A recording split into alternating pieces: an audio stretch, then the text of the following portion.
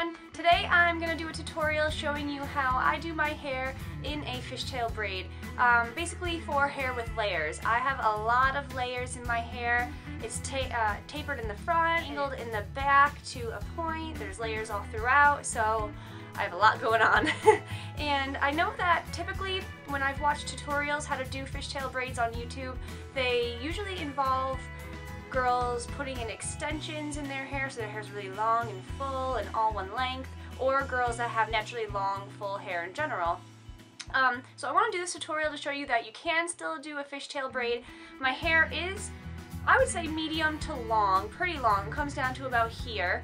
Right now when it's just down, the longest layer comes to about there. The shortest layer comes to about here. So lots of different lengths. I want to show you that you can still do a fishtail braid that comes out nice and cute without having crazy extensions or anything like that. I don't have extensions, they're not really my thing.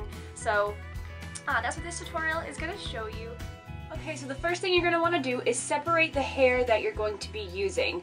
I've taken out some pieces here and here that I know just aren't going to fit into the braid because of the layers that I have, so I've already separated those, and I have the chunk that I'm going to be braiding right here. I use this hair tie. So the first thing you want to do is spray any kind of hairspray or holding spray mousse even to kind of saturate the hairs and make them easier to work with and kind of stay put. So today I'm using the John Frieda Voluminous Extra Hold Hairspray. Really any kind will do, this just so happens to be the one that I have right now. So I'm going to lightly spray that over the hair.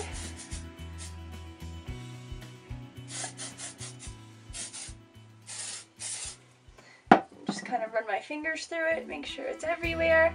And then the first thing you're going to do is separate your hair into two chunks like a regular fishtail braid. I always make the back one slightly thicker, just because that's where the hair tends to fall out more. And I also start off with the back chunk first. So what you're going to be doing for the fishtail braid, just in general for any fishtail braid, is you have your two chunks, and the entire time you'll be taking pieces of hair or chunks of hair from the outsides of each part of each half and bringing it to the inside of the other half. See that? So from the outside to the inside of the opposite side, if that makes sense. So I start out with a pretty big chunk of hair first, and then as you get lower you can make them a bit smaller. So I use one probably about this size to start out, and I'm going to bring that over to the inside of this half.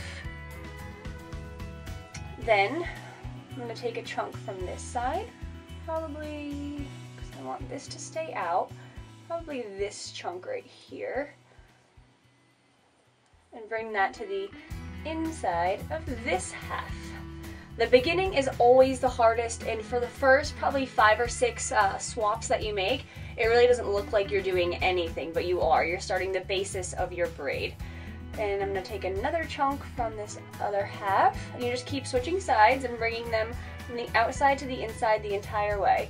That one was a little bit smaller, but still pretty thick. I don't necessarily make mine all the same size, because it doesn't really matter at the end of the braid, it just looks fine with whatever you do. And if I feel like hairs are going to fall out, I'll make that chunk a little bit thicker. It helps it stay in place better, usually. Pieces that you bring over and put to the inside are eventually going to make their way to the outside, and you'll be grabbing those hairs again, which secures the braid even more. See, look at how short this piece is. But that's okay, we're still going to add it in. So that's when the layering part kind of comes into effect. You can see this. The inside. Now you can kind of start to see where the braid is coming in. What is this? This needs to go in the braid. Okay. And you can still see the fishtail effect of it, even though the chunks are bigger. Now, if you want to, that your braid is in a secure place, you can start to grab thinner pieces. It's kind of just a personal preference thing. Sometimes I'll do smaller ones, sometimes I'll do bigger chunks depending on how much time I have. Either way, it's still going to be a fishtail braid. And I've noticed that a lot of the, I don't want to say higher end fishtail braids, but people, when they use them in their fashion shows, they start out really thick at the top and kind of taper their way to really, really thin pieces at the bottom. But again, that's just personal preference, whatever. I just kind of don't even think about the pieces that I'm grabbing and just go with it. And how it turns out is how it turns out. As you keep going, the motions become more and more natural for your fingers. At first, it feels kind of weird grabbing the chunks and bringing them to the inside, but like now I'm not even thinking about it. Just like a regular braid that I learned when I was like 12, I don't even have to think about it, it just happens. This is where it gets a little bit tricky with the layers. As you see, some pieces are already starting to pop out here and there. That's what's going to happen with layers. There's nothing you can do to help that. The only thing I could possibly think of is you can hairspray them, sneak some tiny bobby pins in there if you want. I honestly don't mind the little flicks of hair that pop out. It kind of adds to the messy effect of the fishtail braid for me. But I'm not really a stickler for how neat my hair looks anyways. I kind of prefer the messy look, to be honest. So now, from this point on, you can put your hair tie in if you want. You don't have to.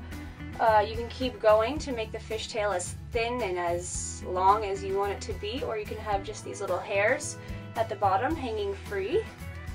That's up to you. I'll keep going for today to see how thin I can get it. As you can see, when you grab thinner pieces, the braid starts to move slower, so that's where the time-consuming thing comes into hand. When you see the fishtail braids that are really, really thin all the way through from top to bottom, it looks really cool, and it probably took a long time to do.